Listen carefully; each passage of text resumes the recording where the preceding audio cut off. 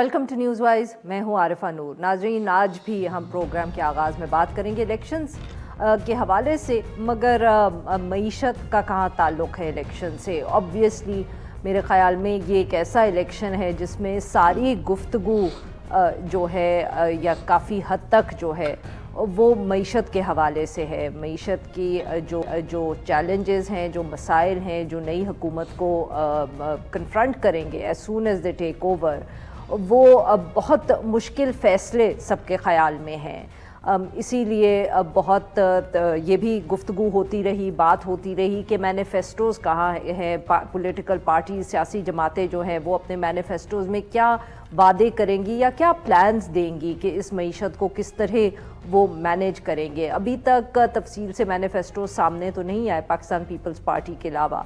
پاکستان تحریک انصاف کے تو ویسے ہی اتنے مسائل چل رہے ہیں کہ کچھ کہا نہیں جا سکتا۔ پاکستان مسلم لیگ نواز کا کسی دن بھی متوقع ہے، مگر جو گفتگو ہو رہی ہے یا جو وعدے لیڈرز کر رہے ہیں اس وقت اپنی کیمپینز میں، ان سے ہم کہہ سکتے ہیں کہ ان کا جو زیادہ اس وقت فوکس نظر آ رہا ہے وہ تو اسی پہ نظر آ رہا ہے کہ وہ پاور میں آئیں گے تو وہ لوگوں کی مشکلات کیسے آسان کریں گے۔ اس میں جس قسم کے وعدے ہو رہے ہیں وہ ہر دفعہ الیکشنز میں ہوتے ہیں کہ بجلی دے دیں گے، بجلی سستی کر دیں گے، اچھی تعلیم دیں گے، ہیلتھ بہتر کر دیں گے، پر جو ہماری اسٹرکچرل ریفارمز کے ایشوز ہیں ان کو کس طرح مینیج کیا جائے گا، یہ پیسے کہاں سے آئیں گے جن سے پھر آگے لوگوں کو یہ فیسلٹیز دی جائیں گی، اس پر گفتگو ابھی بہت کم ہی ہو رہی ہے۔ معیشت کا ویسے اگر ہم ذکر کریں تو ہم یہ کہہ سکتے ہیں کہ 2018 کے بعد سے ہر حکومت جو آئی ہے تو توقع تو یہی تھی کہ آتے ساتھ وہ مسائل حل کریں گے، مگر ہر حکومت نے آ کے وقت ہی گزارا ہے۔ پاکستان تحریک انصاف کی حکومت آئی 2018 میں، ریفارم انہوں نے بھی نہیں کیا، حکومت اسی طرح چلائی۔ پھر یہ کہا گیا کہ پی ڈی ایم کی حکومت آئی ہے، ان کے پاس تجربہ ہے، یہ اب ریفارم کریں گے، مگر وہ بھی پاکستان تحریک انصاف کی طرح زیادہ وقت اس میں ہی گزارتے رہے کہ آئی ایم ایف سے کیا بات ہوئی ہے، کیا نہیں ہوئی، نیگوسیشنز ہوگی کہ نہیں۔ پھر کہا گیا کہ جب کیئر ٹیکر گورنمنٹ آئی تو اس سے بہت توقع تھی، انہوں نے بھی آ کے شروع میں بہت گفتگو کی، بات بھی کی ریفارمز کی، پرائیویٹائزیشن کے حوالے سے، مگر یہاں بھی ہم یہ شاید کہہ سکتے ہیں کہ اتنی تیزی سے معاملات آگے نہیں بڑھے جتنا کہ کہا گیا تھا۔ پی آئی اے ہو یا ڈسکوز کی پرائیویٹائزیشن ہو، یہ معاملات یا ایف پی آر کی جو ری اسٹرکچرنگ ہے، یہ معاملات ابھی بھی اتنی تیزی سے آگے نہیں بڑھ رہے۔ ان سب معاملات پہ گفتگو کرنے کے لیے آج ہمارے ساتھ موجود ہیں مفتاح اسماعیل صاحب، سابق وفاقی وزیر خزانہ۔ ویلکم ٹو دا شو سر۔ مفتاح صاحب، آبویسلی معیشت سب سے بڑا چیلنج ہوگا نئی حکومت جو آ رہی ہے۔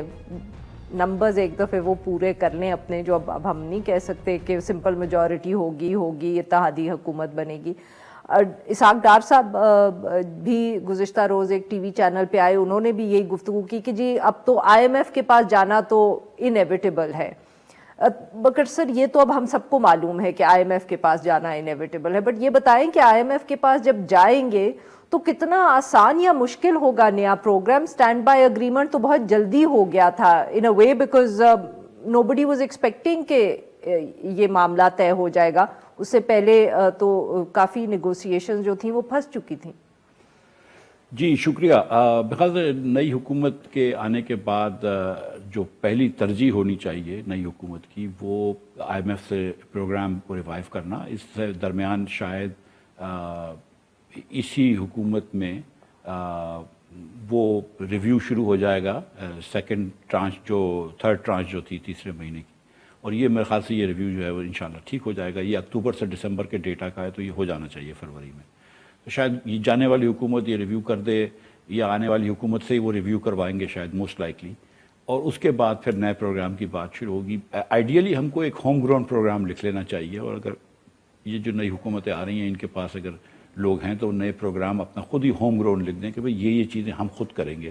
سر اگر آپ یہ ذرا ایکسپلین کر سکیں، کیونکہ یہ بہت ہر دفعہ گفتگو ہوتی ہے، ایک طرف ہم کہتے ہیں کہ جی گنجائش نہیں ہے، اب جو کچھ بھی ہوگا آئی ایم ایف کے کہنے پہ ہوگا، اپنے فیصلے کرنے کی تو کوئی گنجائش نہیں ہے۔ پھر جب آپ کہتے ہیں کہ ہوم گراؤنڈ پروگرام ہونا چاہیے تو what does it mean؟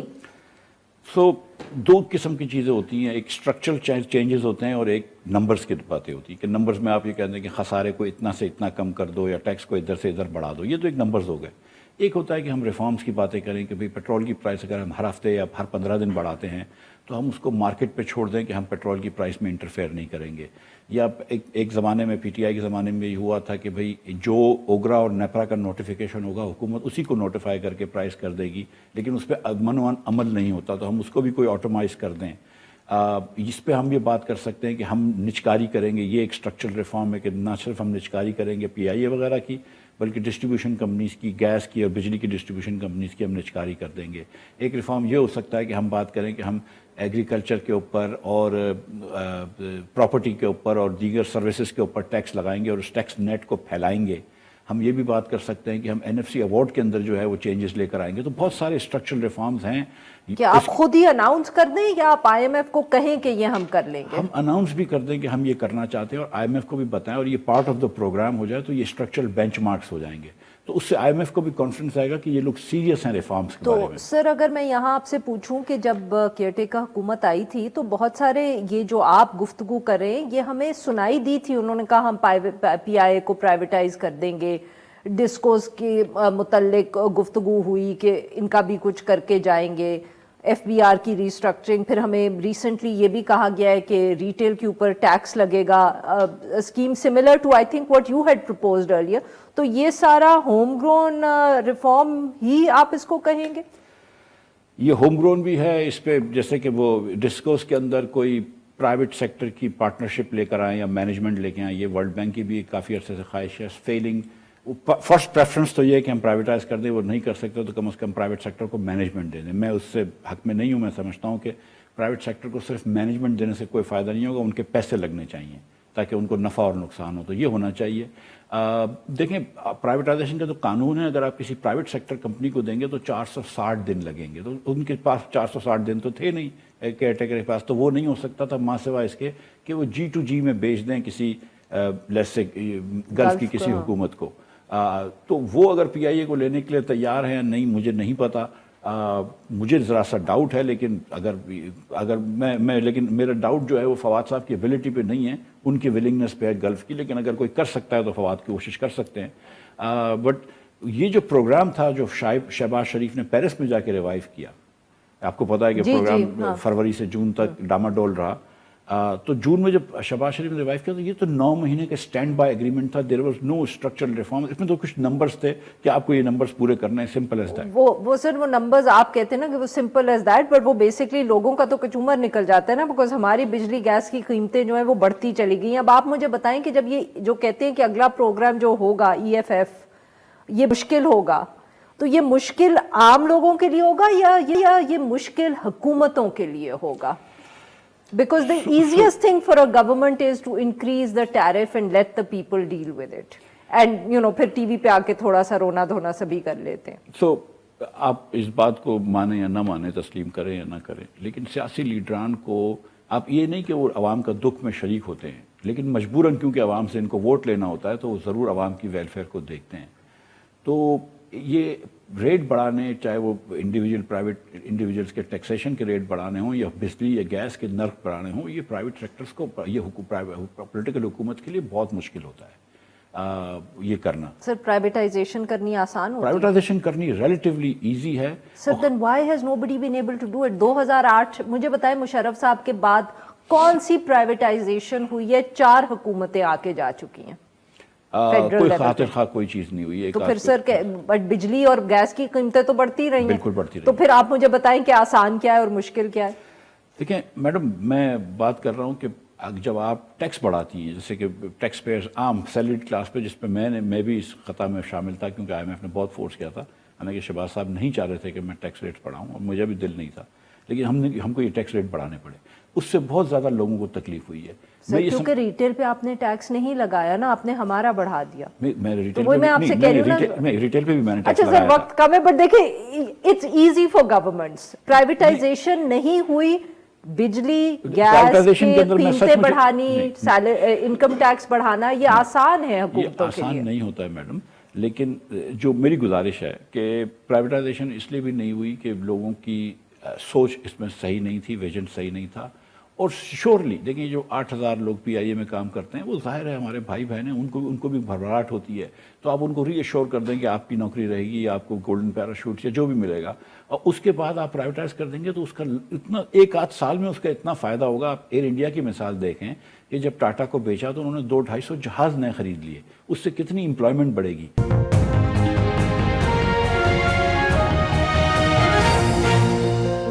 Bilawal Bhutto Zardari صاحب جو ہیں وہ ہر تقریر میں کہہ رہے ہیں کہ 17 جو منسٹریز ہیں وہ ہم ختم کر دیں گے کیونکہ ڈیولوشن کے بعد ضرورت نہیں ہے.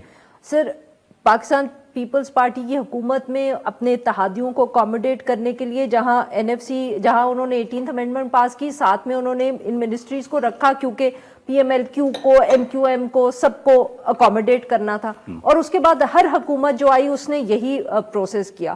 پی ٹی آئی کے جی پی ٹی آئی کو بھی PMLN نے PDM پاکستان پیپلز پارٹی سب نے. تو وہی سر بات تو وہی آ گئی نا کہ یہ کتنے مشکل ہیں حکومتوں کے لیے پرائیویٹائزیشن ہو، یہ اس طرح کے اقدام کہ آپ منسٹریز کو بند کریں، نہیں کوئی کرتا. تو on paper it might be easy but no government finds it easy to do. میرے خیال سے منسٹری کو تو شاید بند نہ کر سکا کوئی. اور یہ جو بجلی فری دینے کی بات کر رہے ہیں 300 یونٹ جو 80% سے زیادہ صارف ہمارے جو ہیں وہ 300 یونٹ سے کم بجلی لیتے ہیں، تو بیسکلی آپ 80-85% پاکستانیوں سے بجلی کا بل نہیں لیں گے. یہ میرے خیال سے ممکن نہیں ہوگا کیونکہ پیسے نہیں ہیں. نیت ضرور صاف ہو لیکن پیسے نہیں ہیں. نہ PMLN والے بھی بات کر رہے ہیں کہ ہم پاور اور گیس کو سستا کر دیں گے. مجھے اس وقت نظر نہیں آ رہا پاور اور گیس سستا کرنے. اور IMF کا پروگرام آئے گا اور جب یہ بجٹ کا خسارہ کم کرنے کے لیے جو بڑی مشکل ہوگی، نان اسٹرکچرل مشکل ہوگی، جب IMF جو کہتے ہیں نا کہ IMF کا پروگرام بڑا ٹف ہوگا، تو وہ اس 3 سال کے اندر کہیں گے کہ بہت زیادہ بجٹ کا خسارہ کم کرو کیونکہ بہت زیادہ خسارہ بند ہو گیا ہے. جب وہ نمبرز آئیں گے اور آپ کو یہ جو ٹیکس ہے جو اب 10,000 ارب ہے اس سے آپ کو 15,000 ارب تک لے کے جانا ہوگا، 50% بڑھانا ہوگا 3 سال میں، تو اس سے چیخیں نکلیں گی لوگوں کی. کن لوگوں کی؟ پورے پاکستانی عوام کی، ہر جگہ پہ. میں آپ کو بتاؤں کہ دیکھیں جو ہم نے ایگریکلچر کو بیسکلی ٹیکس سے منہا کر رکھا ہے، اس کو ٹیکس نیٹ میں لانا پڑے گا. ہم نے پراپرٹیز کو ٹیکس پہ منہا رکھا ہے. جو پاکستان میں جو صاحب ثروت لوگ ہیں، امیر لوگ ہیں، پیسے والے لوگ ہیں، وہ اپنی جو اپنی جائیدادیں ہیں وہ رکھتے ہیں پراپرٹی کے اندر، اس کے اوپر آپ کو کہیں نہ کہیں ٹیکس لگانا ہوگا. آپ کو امیر لوگوں کو ویلتھ ٹیکس تھوڑا سا لگانا ہوگا کیونکہ یہ نسل در نسل پیسہ اپنی نسل میں ہی رہے. وہ ٹھیک ہے، میں اچھی بات ہے کہ وہ لوگ امیر رہیں، میں ان کے لیے خوش ہوں، لیکن تھوڑا سا باقی پاکستانی بچوں کے لیے بھی تھوڑا سا دے دو. تو یہ سب چیزیں ہمیں کرنی ہوں گی. اور یہ اب اینڈ یو تھنک کہ آفٹر آل دیز ایئرز اس دفعہ IMF کی کنڈیشنز ایسی ہوں گی کہ ہو جائے گا جو ابھی تک نہیں ہوا؟ دیکھیں یہ تو میں نہیں گارنٹی کر سکتا کہ یہ کنڈیشنز میٹ ہو جائیں گی یا نہیں. پچھلی مرتبہ بھی ہم بڑی ریلکٹنٹلی کرتے ہیں، کچھ اس میں سے تھوڑے سے زیادہ انتھوزیاسٹک ہوتے ہیں وزیر، کچھ بہت زیادہ ریلکٹنٹ ہوتے ہیں IMF سے. لیکن کہیں نہ کہیں جس نہج پہ پاکستان آ گیا 75 سال میں، جتنا ہم پیچھے رہ گئے ہیں اور اب ہندوستان بنگلہ دیش وغیرہ سے پیچھے رہ گئے ہیں، تو اب ہمیں یہ سوچنا چاہیے منحصر القوم کہ یار ہم کیا صحیح راستے پہ جا رہے ہیں، اور اگر نہیں جا رہے تو ریفارم کا راستہ ہی ہے. ہم کتنی مرتبہ بجلی اور گیس کی پرائسیں بڑھائیں گے اور ریفارم نہیں کریں گے. سر شہباز رانا صاحب کی سٹوری ہے کہ بجلی اور گیس کی قیمتیں بڑھا کر بھی سرکولر ڈیٹ میں کمی نہیں آئی. وہ یہ سٹوری میں نے نہیں دیکھی، لیکن یہ بات درست ہوتی ہے کہ کیونکہ جب دیکھیں اس وقت سر وہ کہہ رہے ہیں 5 ٹریلین پہ 5 ٹریلین سے زیادہ ہو گئی ہے. اس پہ انہوں نے گیس کی پرانی سرکولر ڈیٹ بھی ایڈ کری ہوئی ہے نا. لیکن میرے خیال پرانی بھی ہماری ہی ہے. جی نہیں، ہاں، لیکن وہ گیس کی 1500 2000 ہو گئی ہے اور بجلی کی 3000 ہو گئی ہے. وہ بیسکلی آئی تھنک کہ فلو رک گیا ہے. اسٹاک ہے، مطلب 5000 ارب روپے کا ایک نمبر ہے جو اسٹاک ہے. جو اصل چیز تھی وہ فلو روکنا ہے کہ وہ چھید بند ہو جائے پتیلی سے تاکہ پانی نکلنا بند ہو جائے. مطلب کہ ریٹ آف انکریز ہم نے کم کر لیا. میرے خیال سے ریٹ آف انکریز تقریباً 0 ہو گیا میرے خیال سے. لیکن اس میں یہ ہوتا ہے کہ کچھ مہینے جیسے سردیوں کے مہینے ہوتے ہیں جب آپ کی بجلی صرف 9-10 ہزار میگا واٹ بک رہی ہوتی ہے تو آپ کا بلنگ کم ہوتی ہے، تو ان 2 مہینوں میں شاید تھوڑا خسارہ ہوتا ہے، لیکن یو کور ہوپ فلی ان مئی جون. بٹ سر آپ کی باتوں سے مجھے ابھی بھی یہ لگ رہا ہے کہ آپ بھی وہی بات کر رہے ہیں جو پچھلے اتنے سالوں سے ہر اکانومی کا ایکسپرٹ کرتے ہیں کہ کرنا بہت ضروری ہے، مگر یہ گارنٹی کسی کے پاس بھی نہیں ہے کہ آنے والی حکومتیں یہ کرنے کو تیار ہیں. جو پچھلے 2 سال میں یا 3 سال میں تمام پاکستان کی سیاسی پارٹیاں PDM کے ذریعے یا PTI حکومت میں رہ چکی ہیں، ہم نے ان کو دیکھ چکے ہیں بہت ساری مرتبہ حکومت میں. ڈار صاحب اگر وزیر خزانہ بنیں گے تو 5ویں مرتبہ وزیر خزانہ بنیں گے, تو تھوڑا سا ہم کو ٹریک ریکارڈ پتہ ہوتا ہے لوگوں کا, تو اس سے اندازہ لگتا ہے کہ شاید یہ جتنے ریفارمز کی ہم بات کر رہے ہیں اتنے ممکن نہیں ہیں. لیکن دوسری طرف میں یہ کہتا ہوں کہ کیونکہ پاکستان اس نیچ پہ پہنچ گیا ہے کہ اب ہمارے پاس گنجائش نہیں ہے, تو میں امید کرتا ہوں کہ یہ انشاءاللہ ریفارمز کی طرف چلے جائے. So this is the victory of hope over experience. In other words, what you are saying. آپ انگریزی میں بڑا اچھا آپ نے یہ بات کی, لیکن مجھے اس کی اردو نہیں آتی سر, آپ کر دیں اردو, بٹ مجھے بتائیں کہ بات غلط کی ہے میں نے. نہیں, آپ تو کوئی بات غلط نہیں کرتی ہیں, میں خدا نخواستہ میری مجال ہے کہ یہ آپ سے گزارش کروں. نہیں سر, میں ویسے کہہ رہی ہوں کہ آپ کہہ رہے سر, میں یہ گزارش یہ کر رہا ہوں کہ پاکستانی سیاسی پارٹیوں کے پاس یہ ٹریک ریکارڈ نہیں ہے کہ ان کی بہت اچھی گورننس ہو یا بہت سمجھداری کی گورننس ہو. کچھ چیزیں اچھی کی ہیں. نہیں سر, میرا پوائنٹ یہ ہے کہ how do we see the next government is the turning point? What is going to force the reform when it hasn't happened so far? Sir, just to add to it very quickly, we're running out of time. PIA کا privatization ہوگی, وہ تاخیر ہو گئی ہے وہاں. FBR کے reform کی بات ہوئی, اس پہ بھی تاخیر ہو گئی ہے. ڈسکورس پہ کوئی پروگریس نہیں ہوا. FBR کا ریفارم یہ کوئی بہت زیادہ میننگ فل ہوگا, لیکن میری یہ گزارش تھی کہ دیکھیں 2013 میں جب نون کی حکومت آئی تو پاکستان میں وہ ایک پوائنٹ پہ آئی تھی کہ ہم بجلی لے آئیں گے, تو پھر 5 سال میں کچھ بھی کر کے بجلی لے آئے. ٹھیک ہے, اب معیشت کے اوپر جو بھی بحث ہو سکتی ہے, لیکن بجلی لے کر آ گئے. Sir, at what cost? The circular debt is because of that بجلی. وہ circular debt گیس میں بھی جو ہے وہ جو آپ لوگوں نے بجلی, سر اب آپ لوگ جو LNG لے آئے اور اس کو سوئی گیس کی قیمت پہ بیچتے رہے, اس کی وجہ سے آج ہم سرکولر ڈیٹ گیس میں بھی دیکھ رہے ہیں. یہ اب آپ اس کو ڈینائی تو نہ کریں نا سر. بالکل ڈینائی نہیں کر رہا ہوں, آپ جو کہہ رہی ہیں صرف اس میں ایک چھوٹا سا امینڈمنٹ کرنا چاہ رہا ہوں کہ LNG لے کر آیا اور اس کو جو جب تک شاید عباسی منسٹر تھے تو ونٹر میں کور کر لیتے تھے, لیکن جب PTI کی حکومت آئی, میں معذرت کے ساتھ کہتا ہوں, اس کے بعد سے وہ کور نہیں ہوا. ہم گئے تو 192 ارب روپے کی آؤٹ اسٹینڈنگ تھی, 1400 ارب روپے کی PTI چھوڑ کے گیا تھا. تو یہ میں مطلب معذرت کے ساتھ کہتا ہوں. obviously کیونکہ جب تک LNG پروجیکٹ کک ان ہوئے تھے آپ کی حکومتوں کا وقت تھوڑا تھا, یہ تو اب آپ اچھا سر, وی رن آؤٹ آف ٹائم. بہت بہت شکریہ, آپ نے ہمارے لیے وقت نکالا. ناظرین, یہاں پہ لیں گے ایک چھوٹا سا بریک, سے واپس آئیں گے تو ہم بات کریں گے ایران کے حوالے سے. Stay with us.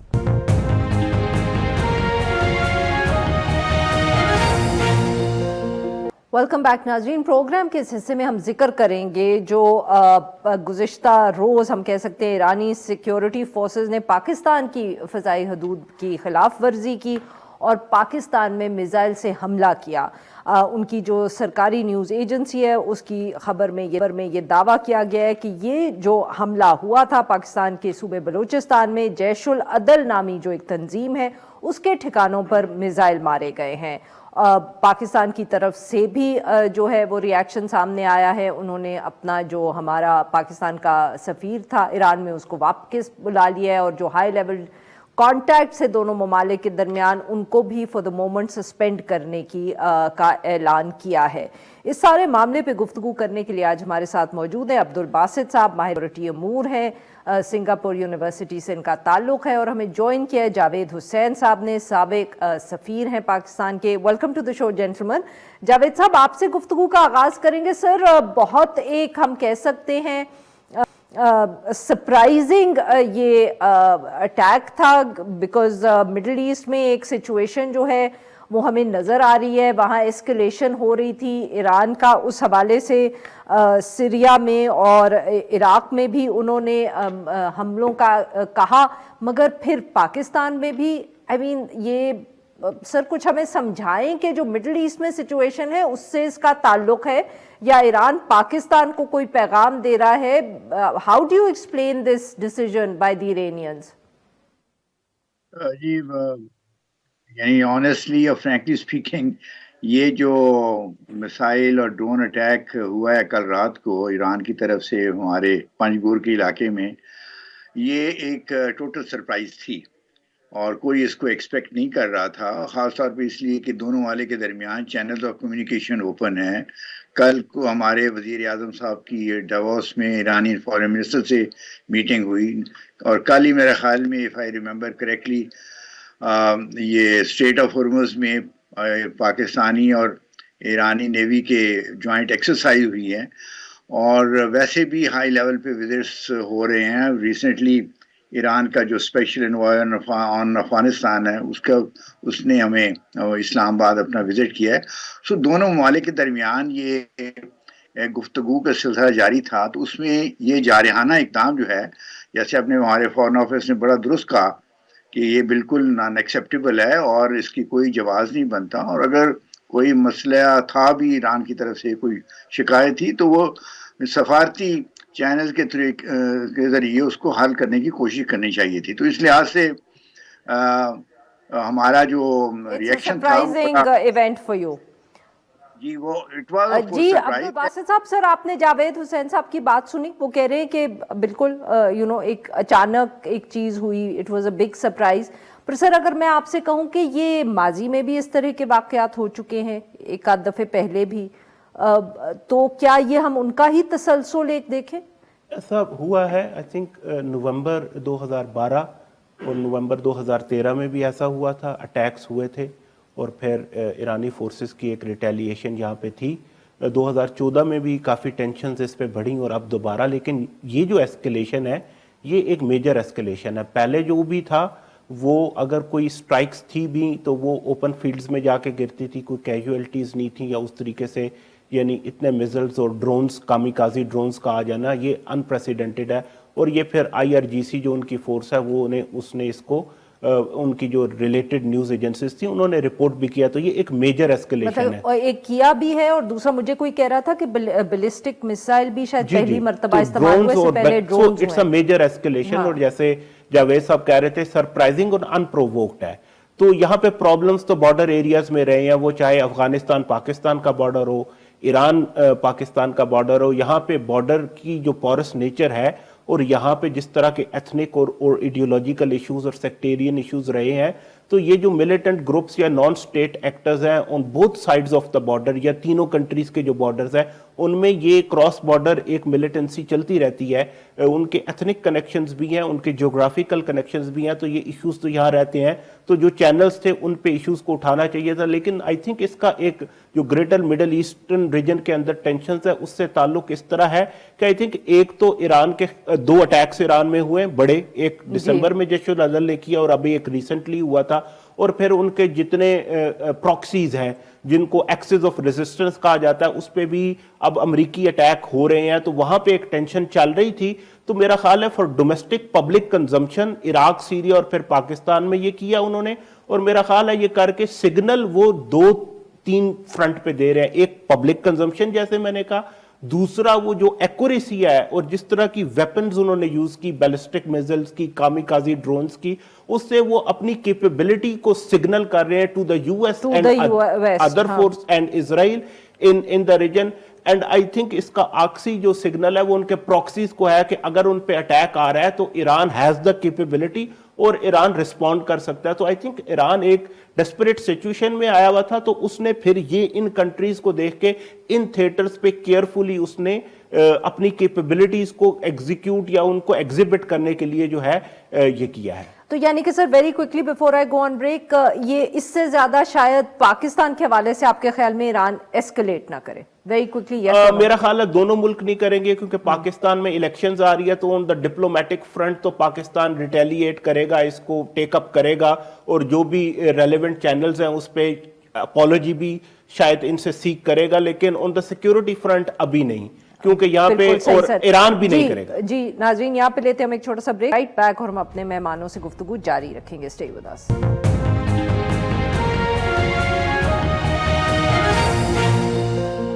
Welcome back ناظرین. ہم گفتگو کریں جاوید حسین صاحب سے اور عبدالباسط صاحب سے، اور ہم ان سے بات کر رہے ہیں جو ایران کی طرف سے حملہ ہوا ہے. جی جاوید صاحب، آپ نے عبدالباسط صاحب کی بات سنی کہ وہ کہہ رہے تھے کہ شاید مقصد پیغام دینا تھا جو ایران نے وہ کسی اور کو دینا تھا. تو سر کیا پاکستانی حکومت کو بھی یہ اندازہ ہو رہا تھا وچ از وائی ہماری طرف سے بھی بڑا جس کو کہتے ہیں نا کہ آہستہ آہستہ ریاکشن آ رہا ہے؟ دیر از بین نو امیڈیٹ، ایک دم سے کوئی سخت سا ریاکشن نہیں آیا. سوچ سمجھ کے لگتا ہے کہ حکومت پھونک پھونک کے قدم آگے رکھ رہی ہے. جی وہ تو ہونا چاہیے. جب تعلقات اتنے اہم ملک جیسے ایران ہے اس کے ساتھ اس کا ذکر ہو یا اس کا تعلق ہو تو آدمی حکومت کو بڑا سوچ سمجھ کے قدم اٹھانے پڑتے ہیں. اور میں سمجھتا ہوں کہ ابھی تک جس طرح سے ہماری حکومت نے, ہمارے منسٹری آف فارن افیئرز نے رسپونڈ کیا وہ بالکل مناسب تھا. ہم نے سفارتی تعلقات پہ اپنے امبیسڈر کو واپس ریکال کیا ہے. ان کے امبیسڈر کو کہا ہے کہ جو آج کل اتفاق تہران میں ہے کہ ابھی کچھ عرصہ وہیں رہیں فار دا ٹائم بینگ. تو ہم نے اپنی ناراضگی اور غصے کا ایک بڑے ہائی لیول پہ سفارتی طور پہ اظہار کر دیا ہے, اور اس سے زیادہ ہمیں بڑے تحمل سے اس معاملے کو ہینڈل کرنا چاہیے. ہم نہیں چاہتے کہ ہماری جو ایک دیرینہ تعلقات ہیں دوستی ایران, وہ ایک واقعے کی وجہ سے ساری وہ ختم ہو جائے یا اس کو ایسا دھچکا پہنچے جس سے پھر ہم ریکور نہ کر سکیں. اور ویسے بھی ہماری سچویشن میں جو صورت حال ہے اس میں ایران کے ساتھ دوستانہ تعلقات کو قائم رکھنا ہمارے لیے بہت ضروری ہے. تو ہونا یہ چاہیے کہ اصولی طور پہ ایران کو اپنے اس جو انہوں نے غلط قسم کا قدم اٹھایا ہے اس کے اوپر سوچ وچار کر کے انہیں اپنے ریگریٹس اور اپولوجی جو ہے پاکستان گورنمنٹ کو کنوے کرنی چاہیے. اس قسم کے واقعات کم از کم میں جب سفیر تھا تو ایک دفعہ ایسا بھی ہوا تھا جس میں پاکستان گورنمنٹ نے اس سے ملتا جلتا واقعہ ہوا تھا, تو ہم نے بڑے ہائی لیول پہ ریگریٹس ایرانی گورنمنٹ کو کنوے کر دیے تھے, اور اسی طرح ان کی طرف سے بھی ہونے چاہیے. تو میں سمجھتا ہوں کہ یہ کوئی معاملے کو ہمیں ایگریویٹ کرنے کے بجائے ہمیں اس کو سلجھانے کی طرف لے جانا چاہیے. یہ کوئی ایسا چیز نہیں ہے جس میں ہم نے کوئی نعرہ بازی کر کے یا بالکل ٹھیک. جی عبدالباسط صاحب یہ بتائیے گا کہ جیش العدل آرگنائزیشن اس کا کیا بیک گراؤنڈ ہے؟ یہ جیش العدل جو ہے یہ ایرانین جند اللہ کی ایک آف شوٹ ہے. ایرانین جند اللہ جو ہے یہ آلموسٹ ڈورمنٹ ہو گئی تھی 2010 کے اندر, اور اس کے بعد ری ایکٹیویٹ ہوتی ہے. تو جیش العدل جو ہے یہ 2 آف شوٹس میں ٹوٹ گیا تھا, 2 تنظیموں میں ٹوٹ گئی تھی یہ آرگنائزیشن. سو جیش العدل is one of the 2 organisations جو پھر آگے چلتی رہی ہے, اور یہ انوالو رہی ہے ڈفرینٹ اٹیکس کے اندر, بارڈر سیکیورٹی گارڈز کی کلنگز کے اندر انوالو رہی ہے, ابڈکشنز میں انوالو رہی ہے, اور پھر ٹارگیٹڈ کلنگز اور سوسائڈ اٹیکس کے اندر بھی یہ انوالو رہی ہے. لیکن جیش العدل بھی with the passage of time جو ہے کافی ڈورمنٹ ہوئی تھی. اب جب سے یہ طالبان کی ٹیک اوور ہوئی ہے پچھلے 2-1 سال میں دوبارہ سے یہ گروپ جو ہے وہ اس کی ایک ریسرجنس نظر آتی ہے آن دا پروپیگنڈا فرنٹ. ایک ویڈیو آئی تھی جس میں کافی سارے جو ہے وہ گاڑیوں کے ساتھ جو ٹوٹا ہائیلکس 4x4 ہوتے ہیں ان کے ساتھ ایک ڈیزرٹ کے اندر انہوں نے ایک ڈیمانسٹریشن دی تھی, where one could see about 200 to 300 militants اور 30 سے 40 گاڑی, جو کہ ایک ملیٹنٹ آرگنائزیشن یا ایک نان اسٹیٹ ایکٹر کے لیے کافی بڑی کیپیبلٹی ہے. تو ان کا ایک تو وہ پروپیگنڈا فرنٹ پہ کافی اوفینسو پہ گئے ہوئے تھے, اور ایران میں جو یہ اینٹی ریجیم پروٹیسٹ ہوئے تھے اس کے اندر بھی کافی پروپیگنڈا انہوں نے تیز کیا تھا, اور پھر آن آف یہ ایک بڑا اٹیک بھی کرتے ہیں. تو ان کی ایک گروپ کی ری آرگنائزیشن تو نظر آ رہی تھی, and that culminated then into a bigger attack جو مڈ دسمبر میں ایران میں ہوا. تو جیش العدل جو ہے 2012 سے آن آف جو ہے یہ ایکٹیو رہا ہے, اور اب اس کی پچھلے 2 سال میں ایک ریسرجنس بھی ہے. بہت بہت شکریہ ہمارے 2 مہمانوں کا, انہوں نے نکالا. ناظرین آج کے لیے بس اتنا ہی. We'll be back tomorrow at the same time.